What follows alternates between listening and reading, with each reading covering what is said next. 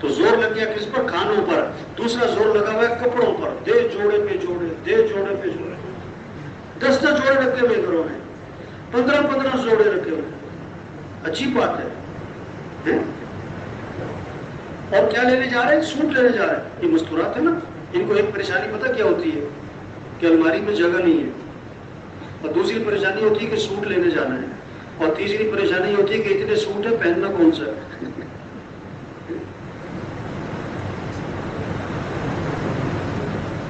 حضرت عمر زن خطبہ دے رہے ہیں، خطبہ امیر المومنین ہے، اور 12 پیبند لگے ہوئے جس کپڑوں پر.